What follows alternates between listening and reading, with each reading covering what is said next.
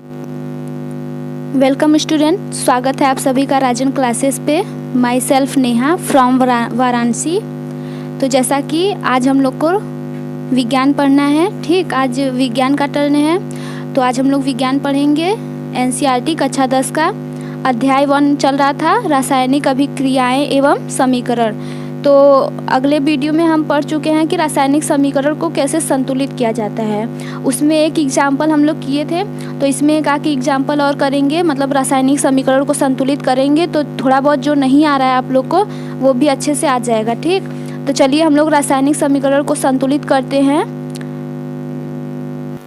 ये देखिए, हम लोग एक क्वेश्चन लेते हैं कि रासायनिक समीकरण Al प्लस H2SO4 अभिक्रिया करके Al2SO4 का थ्राइस प्लस H2 को संतुलित कीजिए। मतलब ये जो समीकरण दिया है इसको हम लोग को क्या करना है, संतुलित करना है। ये क्वेश्चन है, क्वेश्चन आपको ऐसे ही आएगा एग्जाम में, ऐसे ही मतलब कि ये समीकरण दे देगा, उसको बोलेगा संतुलित करने के लिए, ठीक। तो आप लोग देख लीजिए, ऐसे ही देगा और बोलेगा संतुलित कीजिए अनुमान विधि द्वारा। हम लोग इसमें सिर्फ एक ही विधि पढ़े हैं, कौन सा, जांच एवं त्रुटि विधि। तो उसी को अनुमान विधि भी कहते हैं, मतलब कि उसी विधि से हम लोग को इसको सॉल्व करना है, ठीक। तो चलिए हम लोग भी मतलब इसको संतुलित करते हैं, इस समीकरण को। तो देखते हैं कि पॉइंट पॉइंट करके करेंगे संतुलित, ठीक। तो ये देखिए, पहला पॉइंट क्या है, सर्वप्रथम अभिकारक पक्ष तथा उत्पाद पक्ष। अभिकारक क्या होता है, अभिकारक वो होता है जो अभिक्रिया में भाग लेता है, ठीक। तथा उत्पाद पक्ष मतलब उत्पाद, जो अभिक्रिया के बाद जो पदार्थ बनता है, नया पदार्थ, उसको उत्पाद बोलते हैं। तो क्या बोल रहा है, सर्वप्रथम अभिकारक पक्ष तथा उत्पाद पक्ष की प्रत्येक तत्व के परमाणुओं की संख्या लिखकर यह देखते हैं कि कौन से तत्व के कितने परमाणु उपस्थित है, ठीक है। जैसे हम लोग पहला किए थे, पहला समीकरण संतुलित किए थे, तो कॉलम बनाएंगे सबका, तो देखेंगे किसका कितना परमाणु है, ठीक। तो चलिए देखते हैं। ये देखिए, हम लोग कॉलम बना लिए, मतलब एल्यूमिनियम है और हाइड्रोजन है और SO4, ठीक। तो देखिए बाईं ओर, जैसे कि ये अभी रुकिए, ये देखिए, तो एल्यूमिनियम का बाईं ओर, मतलब बाईं ओर कितना परमाणु है, एक है, तो यहाँ पे एक लिख दिए।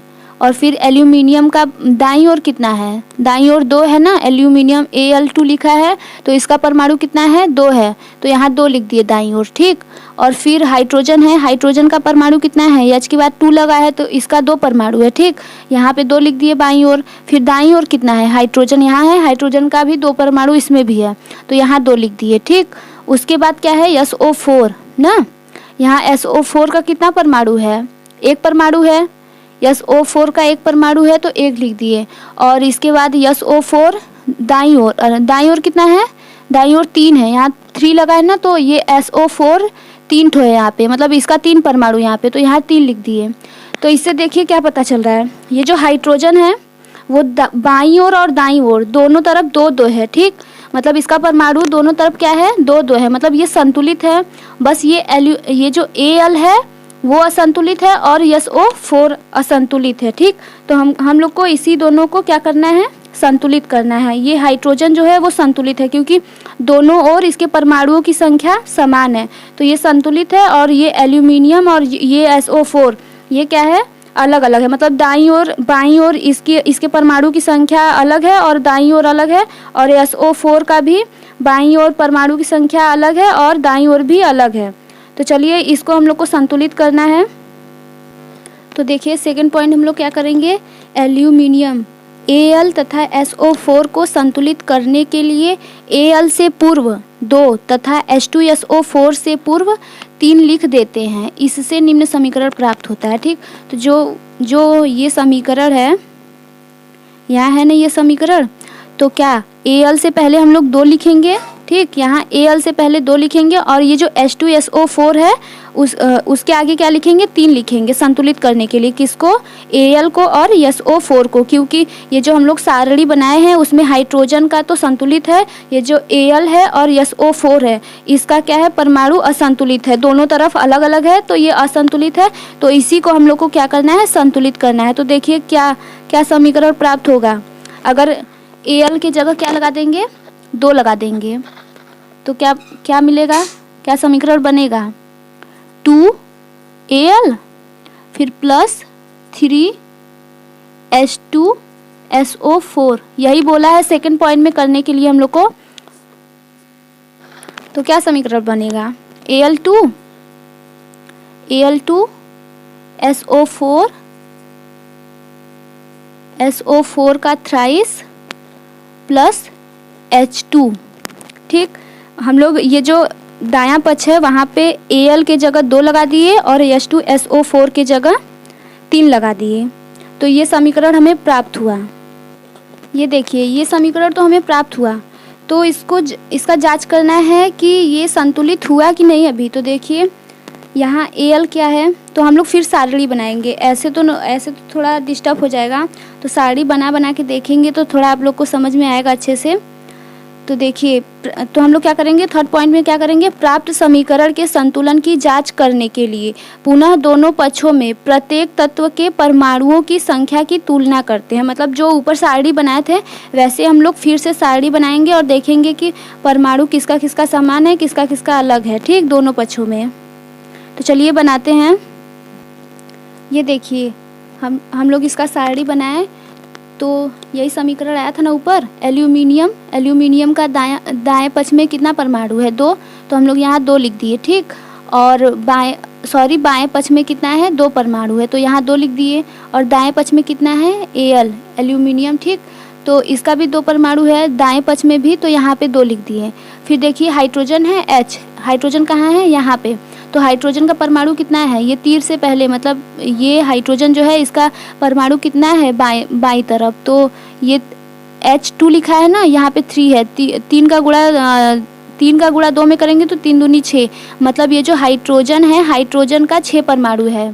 ठीक, दाईं तरफ कितना परमाणु है, 6, तो यहाँ हम लोग 6 लिख दिए। बाईं तरफ 6 है परमाणु, तो हम लोग बाईं की ओर क्या लिख दिए, 6 लिख दिए। और फिर ये हाइड्रोजन का परमाणु इधर देखें, इधर हाइड्रोजन नहीं, यहाँ पे है, तो हाइड्रोजन का परमाणु यहाँ पे कितना है, 2 है, तो यहाँ 2 है, दाएं पक्ष में 2 है, तो यहाँ 2 लिख दिए। ठीक, उसके बाद क्या है, SO4 का दाएं पक्ष में कितना परमाणु है, SO4 ये 3 लगा है ना, तो मतलब ये SO4 3 ठो है। ठीक, इसका 3 परमाणु है, तो यहाँ 3 लिख दिए। ठीक, बाएं पक्ष में क्या लिख दिए, 3 लिख दिए। SO4 का 3 परमाणु है बाएं पक्ष में, तो हम लोग यहाँ 3 लिख दिए। फिर दाएं पक्ष में देखते हैं कितना है, SO4 यहाँ है और यहाँ 3 लगा है, तो मतलब SO4 का 3 परमाणु है दाएं पक्ष में, तो यहाँ 3 लिख दिए। ठीक, जैसे जैसे था वैसे वैसे हम लोग लिख दिए समीकरण में। तो अब क्या देखते हैं हम लोग, देखिए एल्यूमिनियम Al का देखिए बाईं ओर और दाईं ओर क्या है, 2 परमाणु है, मतलब ये संतुलित हो गया। Al क्या है, संतुलित हो गया इसमें, इस वाले समीकरण में Al संतुलित है। फिर क्या है, हाइड्रोजन यहाँ बाईं ओर 6 है और यहाँ कितना है, दाईं ओर क्या है, 2 है, तो ये असंतुलित है। बाईं ओर 6 है और दाईं ओर 2 है, तो मतलब अलग अलग है ना, तो ये असंतुलित हो गया, ये संतुलित नहीं है। मतलब इस वाले समीकरण में हाइड्रोजन जो है वो असंतुलित हो गया। फिर क्या है, SO4 है ना, तो बाएं पक्ष में SO4 क्या है, 3 परमाणु हैं और दाईं ओर में 3, तो मतलब SO4 भी संतुलित है। मतलब ये दोनों संतुलित हो गया। ये जो हाइड्रोजन है ये अब क्या हो गया, इस समीकरण में असंतुलित हो गया। तो अब हम लोग को इसको भी संतुलित करना होगा ना, क्योंकि हम लोग को पूरे समीकरण को संतुलित करना है। तो हम लोग इसको और इसको कर लिए, तो अब ये बिगड़ गया। पहले तो ये सही था, ये बिगड़ा हुआ था, तो इन दोनों का परमाणु सही हुआ दोनों तरफ, तो इसका मतलब गड़बड़ा गया, तो इस तरफ अलग हो गया, इस तरफ अलग हो गया। तो अब हम लोग इसको भी बनाएंगे ना, जब सबका मतलब जितना परमाणु, ये 3 ठो है, तो मतलब तीनों का परमाणु जितना इधर रहेगा इतना इधर भी रहेगा, तभी ये समीकरण क्या होगा, संतुलित होगा। ठीक, तो देखिए हाइड्रोजन को संतुलित करने के लिए हम लोग क्या करेंगे, चौथे पॉइंट में क्या करेंगे, ये जो H2 है, जो समीकरण में H2 था उससे पहले क्या लिख देंगे, 3 लिख देंगे।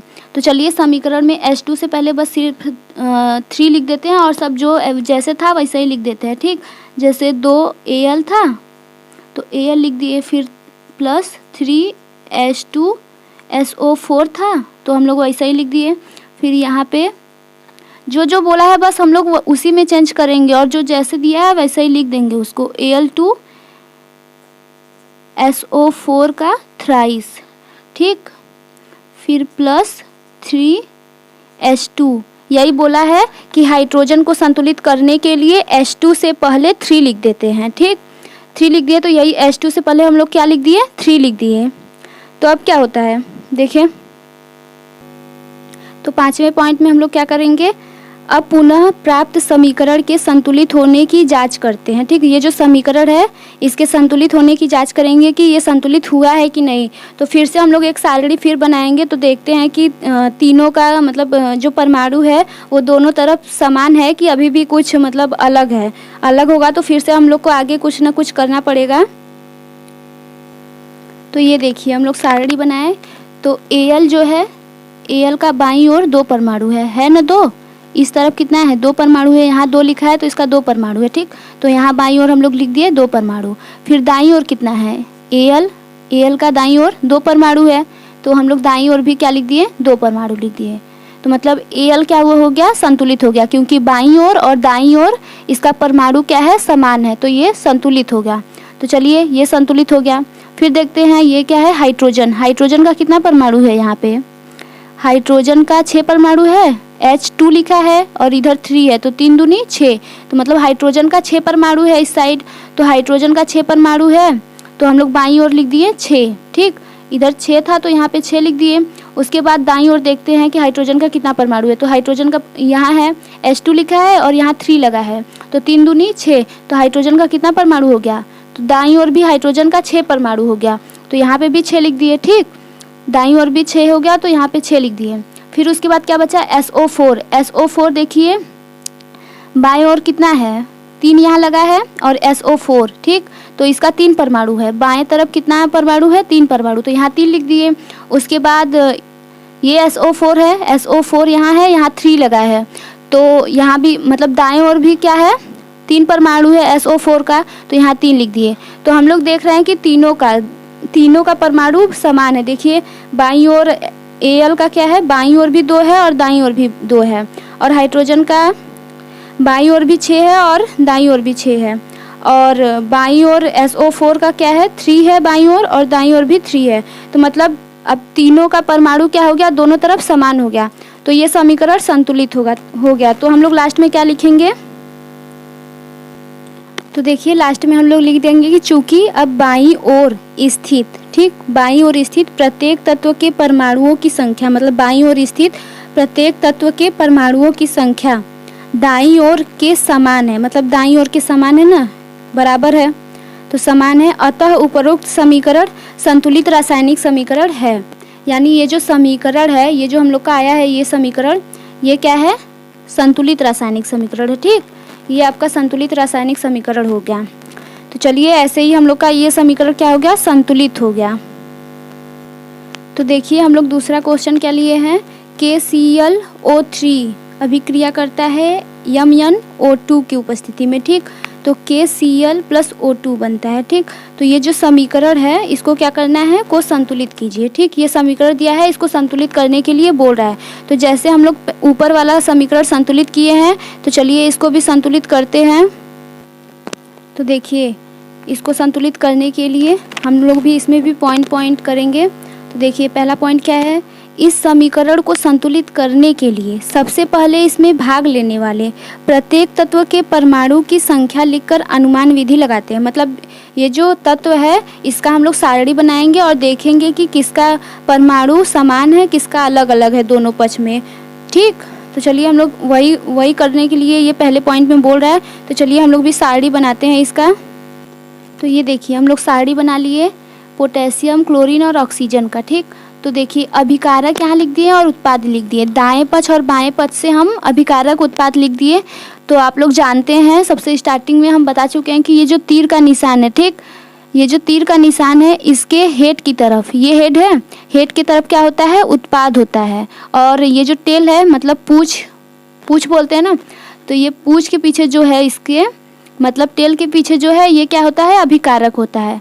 तो इतना ध्यान में रखिए। ठीक, तो ये जो अभिकारक है तो मतलब बोल रहा है इस पक्ष में कितना है और उत्पाद में इधर। ठीक, तीर के बाद को उत्पाद बोलते हैं, ये जो तत्व है ये उत्पाद है और ये अभिकारक है। हम दाएं पक्ष और बाएं पक्ष से हटा के अभिकारक उत्पाद लिख दिए। अभिकारक जो अभिक्रिया में भाग लेता है उसे अभिकारक बोलते हैं, उत्पाद अभिक्रिया के दौरान जो नया तत्व बनता है उसे उत्पाद बोलते हैं। ये डिफिनीशन है दोनों का। ठीक, तो चलिए ये पोटेशियम है, ठीक, पोटेशियम यहाँ है। तो देखते हैं इसमें कितना परमाणु है इसका। पोटेशियम एक ही दिख रहा है ना, न इसके आगे कुछ लगा है न इधर कुछ है, ठीक। तो ये अभिकारक कितना है, एक है, मतलब कि ये जो पोटेशियम है इस साइड कितना है, एक है, तो यहाँ एक लिख दिए।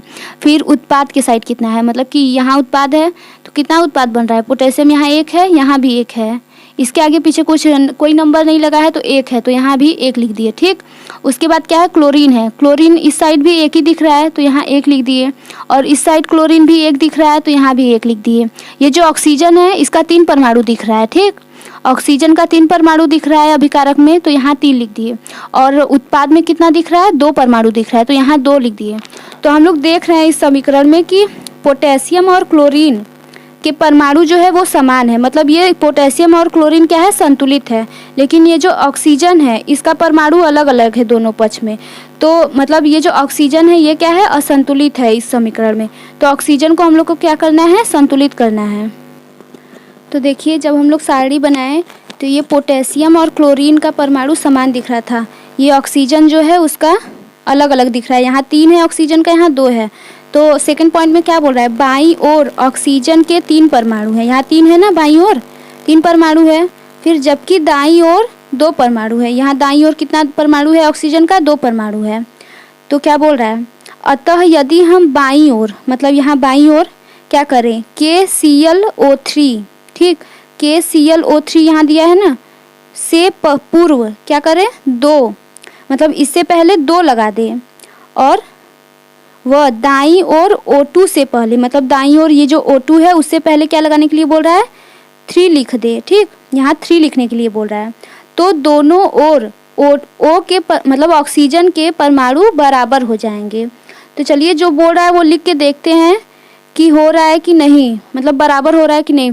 देखिए अपने से सोचा जाता है, मतलब कि क्या लिखे कि दोनों तरफ बराबर हो जाए। जैसे ऐसे आपको दिया है समीकरण, इतना लिखने की ज़रूरत नहीं है, लेकिन हम लिख के बता रहे हैं आपको, लेकिन इतना लिखने की ज़रूरत नहीं है। आप बस ऐसे मतलब ऐसे ही कर सकते हैं संतुलित। मतलब यहाँ पे देखेंगे इसका समान है, तो यहाँ पे सोचेंगे क्या लगाएं कि इस साइड और इस साइड ऑक्सीजन का भी समान हो जाए। मतलब कि अगर ऑक्सीजन का समान हो रहा है, अगर इन लोग का मतलब अलग अलग हो जा रहा है, फिर मतलब अभी तो संतुलित है, लेकिन अगर आप कुछ लगा देंगे तो इन लोग का अलग अलग हो जाएगा, तो आपको फिर से कुछ लगाना पड़ेगा, जिससे इधर जितना है उसका संतुलित, मतलब जितना इधर है तीनों तत्वों का परमाणु जितना इस साइड है उतना इस साइड भी होना चाहिए, तभी संतुलित होगा। यानी कि ऑक्सीजन को संतुलित कर दे, फिर इन दोनों को क्या करे, बिगाड़ दे, मतलब इस साइड दूसरा हो जाए, इस साइड दूसरा हो जाए, तो हो गया आपका संतुलित। ऐसे नहीं होगा, ठीक।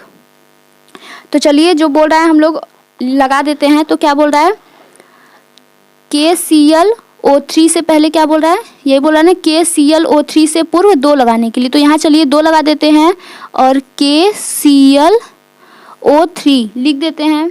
फिर यहाँ अभिक्रिया हो रहा है MnO2 के उपस्थिति में।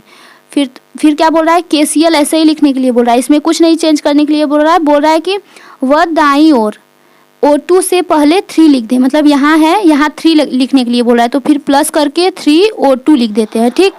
तो देखते हैं तो क्या बोला, तो दोनों ओर ऑक्सीजन के परमाणु बराबर हो जाएंगे। देखिए बराबर हो रहा है, ऑक्सीजन का यहाँ कितना परमाणु है, 3, यहाँ O3 लिखा है ना, तो 3 दूनी 6, तो ऑक्सीजन का 6 परमाणु है यहाँ पे। और इस साइड देखिए कितना है, O2 लिखा है, 3 दूनी 6, मतलब ऑक्सीजन का इस साइड, हाँ सच में बराबर हो गया ना, जो बोल रहा है वो सही बोल रहा है, मतलब ऑक्सीजन का परमाणु क्या हो जाएगा, बराबर हो जाएगा। तो इसमें तो हो गया ऑक्सीजन का परमाणु। तो ये देखिए, तो हम लोग क्या किए, थर्ड पॉइंट में क्या किए, प्राप्त समीकरण में पुनः सभी तत्वों के परमाणुओं की तुलना करते हैं, मतलब तुलना करते हैं, फिर से इसको सारणी बना के चेक कर रहे हैं कि किसका किसका समान है, किसका किसका अलग हो गया। तो देखिए यहाँ पोटेशियम, क्लोरीन, ऑक्सीजन लिख दिए। उसके बाद अभिकारक और उत्पाद, तो इस साइड अभिकारक है, इस साइड क्या है, उत्पाद है। तो अभिकारक देखते हैं, ये पोटेशियम का कितना परमाणु है, इस साइड 2 परमाणु है, तो यहाँ 2 लिख दिए। और यहाँ कितना है, 1 है, इसके आगे कुछ 1 2 नहीं लगा है, मतलब कुछ नहीं लगा है, तो मतलब 1 होता है ना, मैथ में आप लोग पढ़े होंगे। तो यहाँ 1 है, तो मतलब पोटेशियम का कितना परमाणु हुआ, 1, तो यहाँ 1 लिख दिए। उसके बाद क्या है, क्लोरीन का यहाँ पे 2 परमाणु है, ठीक, यहाँ 2 परमाणु है, तो यहाँ 2 लिख दिए। और यहाँ कितना है, 1 है, तो यहाँ 1 लिख दिए। ऑक्सीजन का तो 6 है, ठीक, 3 दूनी 6, तो यहाँ 6 लिख दिए, और यहाँ भी 3 दूनी 6, ऑक्सीजन का 6 दोनों साइड क्या है, बराबर है। तो हम लोग का ये जो पोटेशियम है और क्लोरीन है ये अलग अलग हो गया, मतलब इसका परमाणु चेंज हो गया। ये तो संतुलित हो गया ऑक्सीजन, लेकिन ये जो पोटेशियम और क्लोरीन है ये असंतुलित हो गया। तो देखिए यदि हम लोग 4 पॉइंट में क्या करें, ये जो क्या है KCl है, यहाँ KCl है ना, यहाँ पे क्या लिख दें, 2 लिख दें, यहाँ पे 2 लिख दें तो शायद संतुलित हो जाएगा, ऐसा मुझे लग रहा है। लिख के देखते हैं कि संतुलित हो रहा है कि नहीं। ठीक, 4 पॉइंट ये कर रहे हैं हम लोग, तो चलिए लिखते हैं। तो ये देखिए हम लोग ये जो KCl था यहाँ पे 2 लगा दिए, तो देखते हैं बराबर हो रहा है कि नहीं। ठीक, तो देखिए यहाँ क्या है, पोटेशियम का 2 परमाणु है इस साइड, यहाँ भी 2 हो गया पोटेशियम का 2 परमाणु। ठीक, उसके बाद क्लोरीन है, क्लोरीन यहाँ 2 लगा है तो क्लोरीन का भी 2 परमाणु है। यहाँ तीर के पहले क्या है, 2 परमाणु है, तो फिर तीर के बाद क्या है Cl, 2 यहाँ भी लगा है तो ये भी Cl का, क्लोरीन का कितना हो गया, 2 परमाणु हो गया। मतलब पोटेशियम और क्लोरीन का तो बराबर दिख रहा है, और ऑक्सीजन का क्या है 3 दूनी 6। ठीक, और O3 लिखा है और यहाँ 2 से इंटू करेंगे तो 2 तिहाई 6, तो मतलब ऑक्सीजन का 6 परमाणु यहाँ है और यहाँ O2 3। ठीक, 3 दूनी 6, मतलब ऑक्सीजन का इस साइड भी 6 परमाणु है। मतलब कि ये तीनों का क्या हो गया, बराबर दिख रहा है हम लोग को, तीनों का क्या है, परमाणु दोनों तरफ बराबर है। तो लास्ट में हम लोग लिख देंगे कि चूंकि अब दोनों ओर स्थिति प्रत्येक तत्व के परमाणुओं की संख्या दाईं ओर के समान है, अतः प्राप्त समीकरण क्या है, संतुलित समीकरण है। तो ये समीकरण भी संतुलित हो गया। तो चलिए बस 2 समीकरण आज हम लोग संतुलित किए, इसके आगे हम लोग कल देखेंगे। आज के लिए बस इतना ही। थैंक्स फॉर वॉचिंग वीडियो, धन्यवाद।